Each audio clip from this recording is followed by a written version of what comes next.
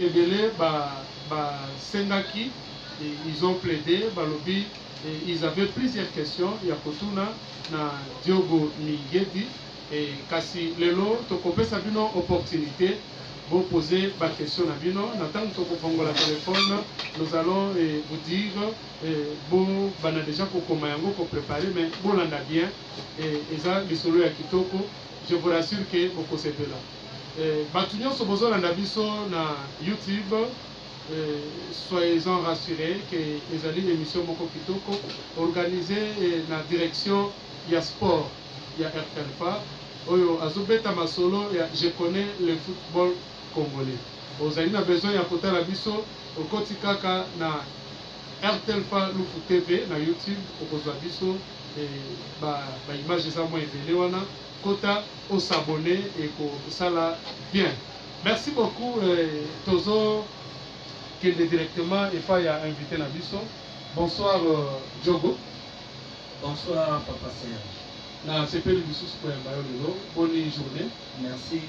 Journée d'équipe madame. Merci beaucoup. Et les alliés de Sengoli Soussou, il y a beaucoup de temps na poko na lelo. Comme Tolakaki Banambo Kanyos ya territoire ya Songololo que lelo tozo poursuivre émission na biso. Oh ya je connais le football congolais et le temps Batunyo so boza na bandaku, papa, maman, bana, bamikolo, bana mike, préparez-vous, vous préparez bakaye na bino, babik na bino, masolo ya kitoko, elingi ebima epa ya Diogo Mingedi.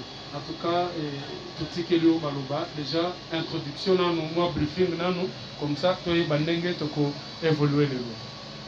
Merci na Batunyo so bazola na biso la territoire à Songololo. Napesi merci na ndeko na ngai Chico Deger Kassé bolanda émission oyo malamu bato ebele babengi ngai nasepeli na bapel na bino bareproche mingi bazalaki na posa telefone ezala ouvert po batuna mituna oyo baza nango na posa ya kotuna ngai merci lelo tokosolola mais tokoyamba bapel place nyonso bozali naza prêt ya korépondre na ba question nyonso bokotuna ngai émission na biso ya lelo tokofungola yango na fédération na biso ebandaki na mbula nini fédération na biso ndenge nalobaki lobi ebandaki na 1919 oyo papa Raphaël asalaki na 1919 ezalaki na kombo ya ASC, Association Sportive Congolaise. En 1939, et Kolongwa ASC, et comme ARSC, Association Royale Sportive Congolaise.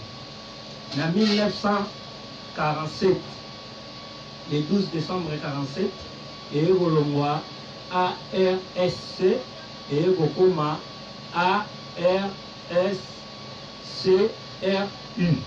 Association Royale Sportive Congolaise, Rwanda, Urundi. En 1960, et Goloma Rwanda, Urundi, tant que j'ai indépendance, ne va y ARC, donc Zongi Association Sportive Congolaise. En 1964,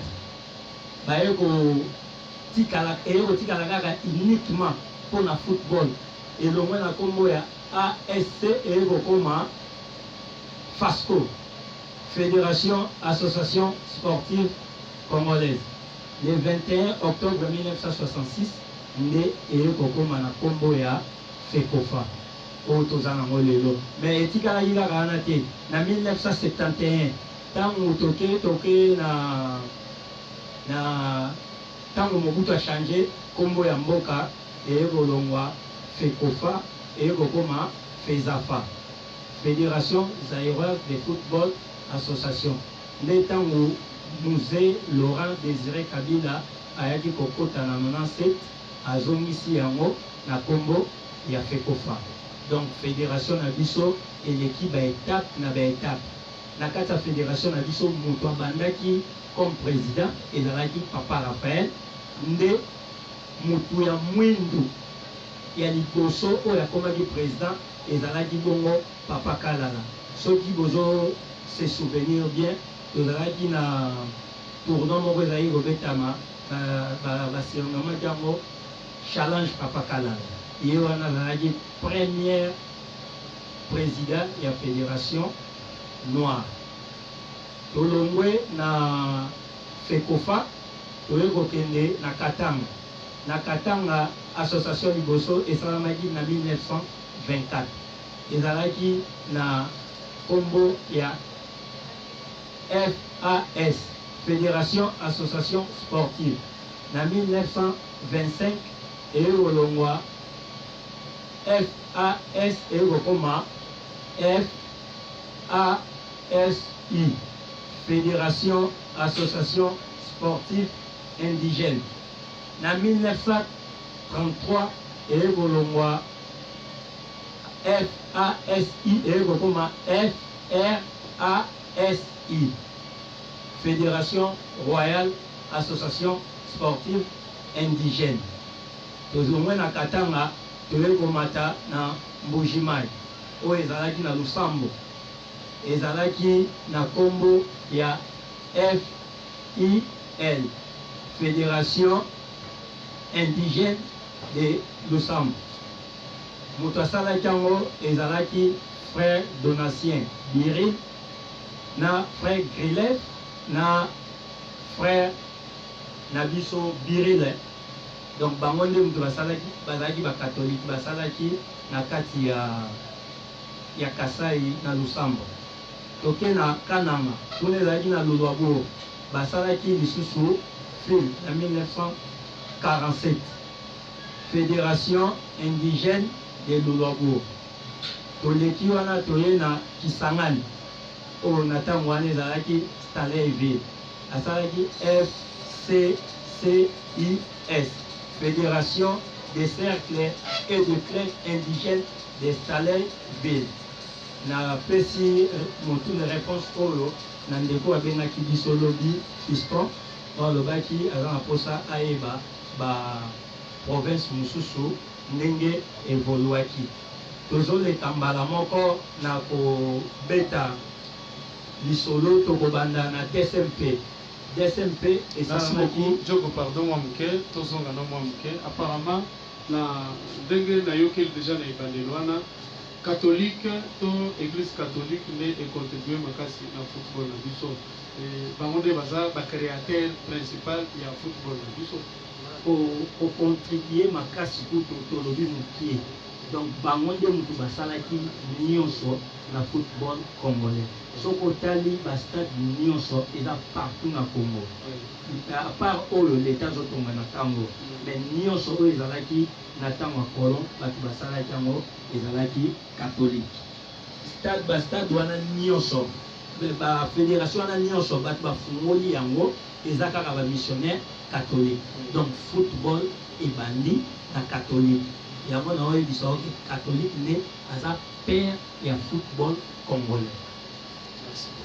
Sikoyo pourquoi pas tobanda te na club ya liboso oyo papa Raphaël asalaki na place tokomana na ba DSMP wana po yango eyaki kosalema na nsima. Tolobi mpo lobi déjà tolobaki mpo na renaissance. Oui.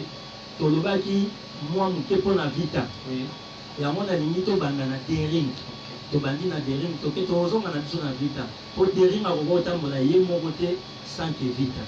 Donc tozonga na biso na vita toza koévolue moke tolonge na dering tomati na dragon tolonge na dragon toke na mazembe tozolanda âge par âge.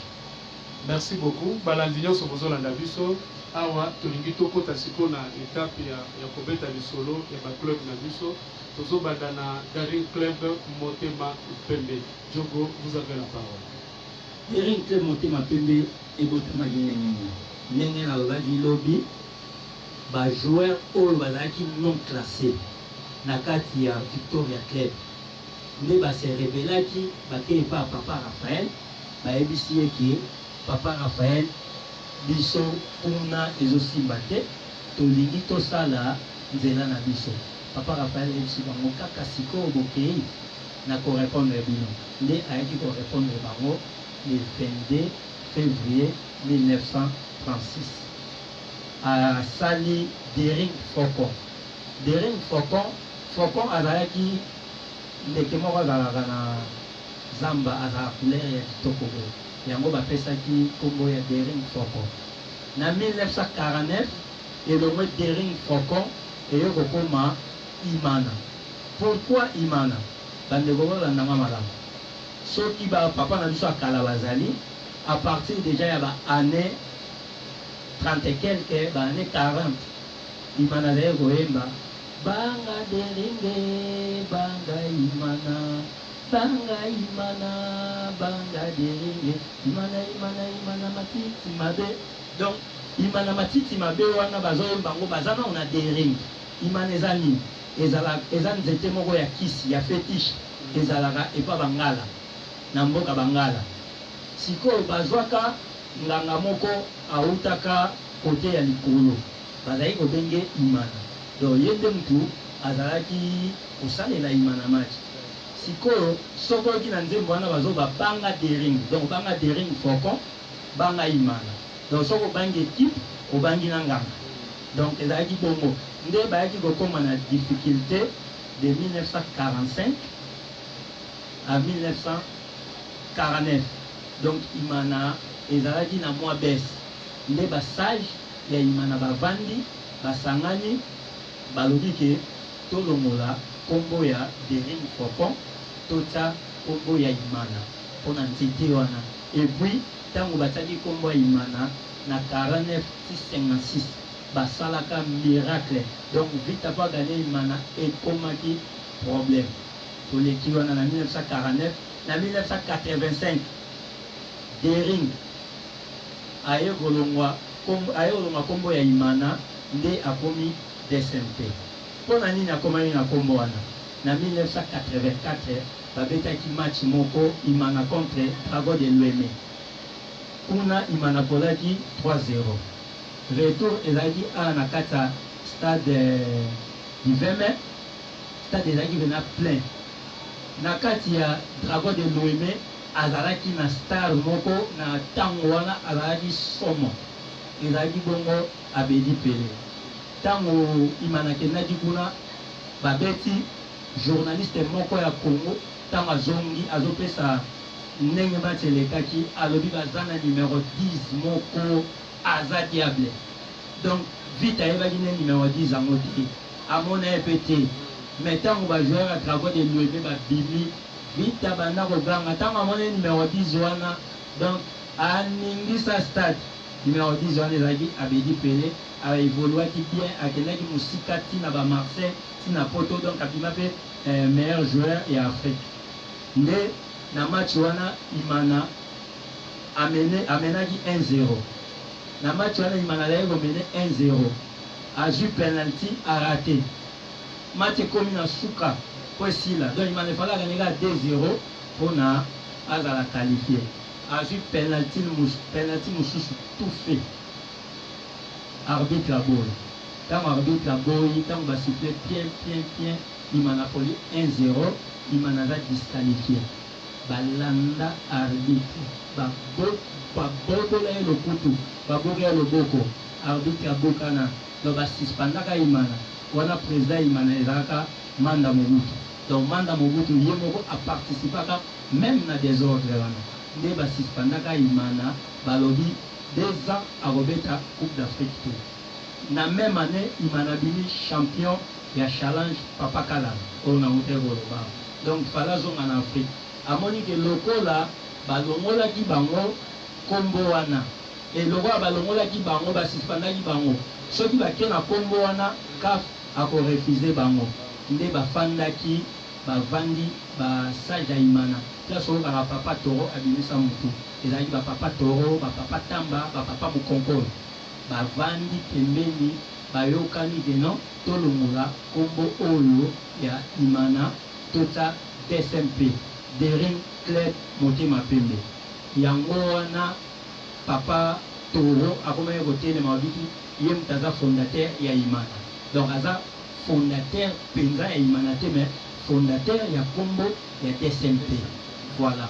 Nde bazongisi kombo na Afrique mais tellement CAF azalaki mayele koleka bango arefusaki koyamba bango ayebisi bango ke omoni kombo botindi eza kaka ekipe oyo biso toyebi na kombo ya Imana kochange kombo moyen bobeta eza te.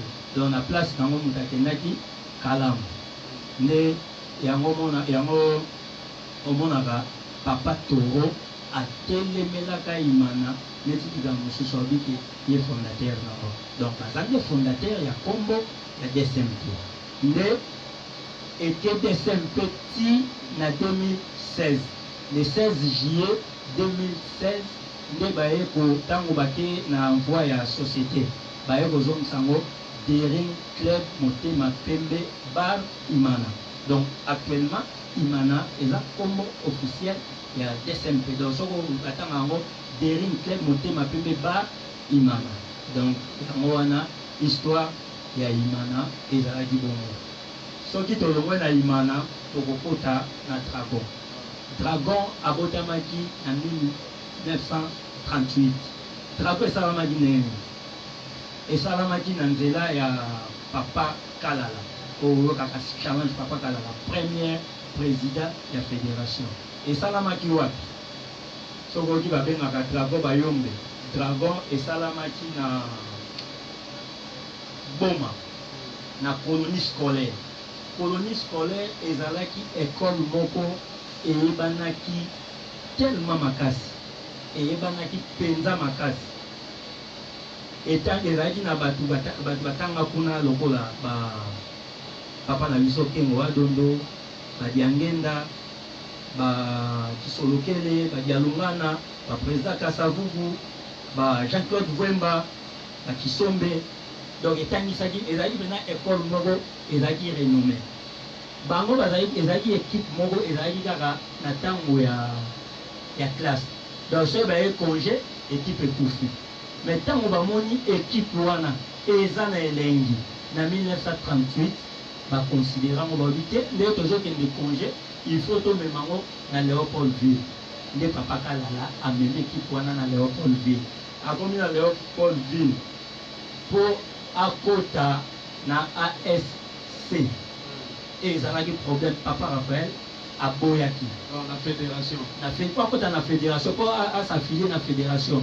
Papa Raphaël aboyi alobi oza équipe ya Kinshasa te oza équipe ya Bakongo awa okobeta te. Donc ezalaki problème mutu akonvekaki Papa Raphaël eza bongo président fondateur ya Dragon oyo ezalaki Papa Kalala. Papa Kalala azalaki collaborateur proche ya Papa Raphaël.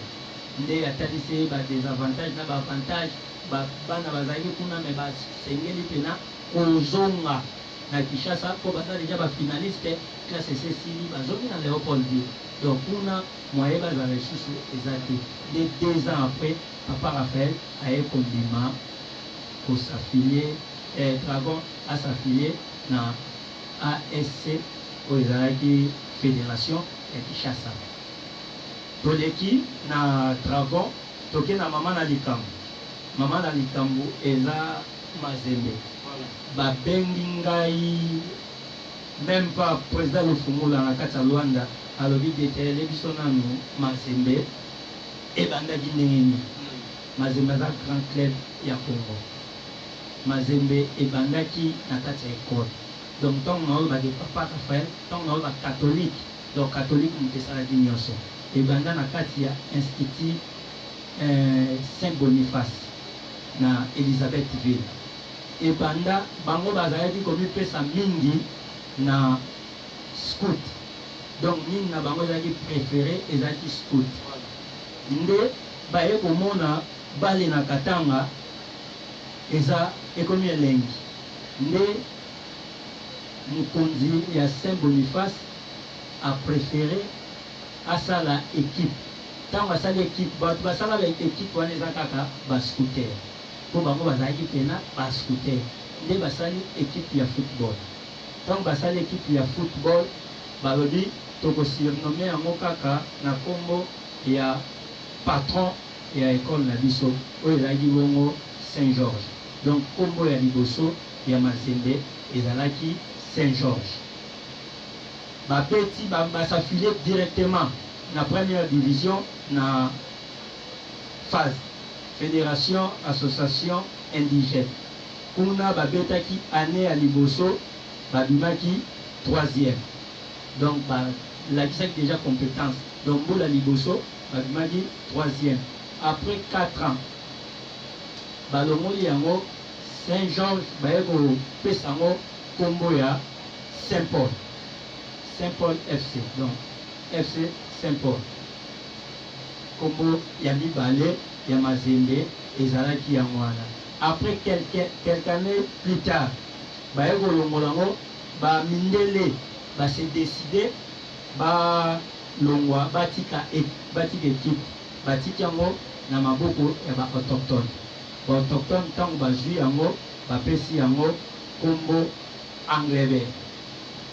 Na kombo ya Anglebert wana nde Mazembe asala rage na Afrique. Abima abeta 4 fois finale ya Ligue des Champions. Oyo na Afrique mobimba kaka Mazembe mutabetango 67, 68, 69, 70. Abeta 4 finales, a joué 2 finales, a perdu 2 finales. Donc le logo va retenir na Afrique mobimba ezala Alali, ezala Zamalek, Mutu abeta 4 finales successives à Zaki. Donc kaka TP Mazembe. Kaka TP Mazembe. Anglebert. Bon, Anglebert. Tant sikoyo asali exploit na baye kopesa baye kolongola Anglebert bakomisi yango fese Anglebert. Ntango baye kosala 4e finale de suite nde balongoli yango TP Mazembe. Nde balongoli yango pardon, nde balongoli yango FC Anglebert baye kopesa yango tout puissant Anglebert po azalaki penza puissant. Ntango elongwe tout puissant Mazembe wana tokoexplike yango bien ntango mobutu achangeaki bakombo nde bayaki kopesa yango kombo Mazembe. Mazembe eza na Swahili, na français elakisi bulldozer. Histoire complète ya Mazembe yango wana. Na 1900 nde Mazembe akotaki na baisse. Après na 1997 aye kozwa homme riche oyo toza na ye lelo Moïse Katumbi Tchapa. Azosala na tête ya Mazembe lelo 23 ans. Donc histoire mukuse moi mukuse tobetaki mpona baéquipe na biso yango wana tozako.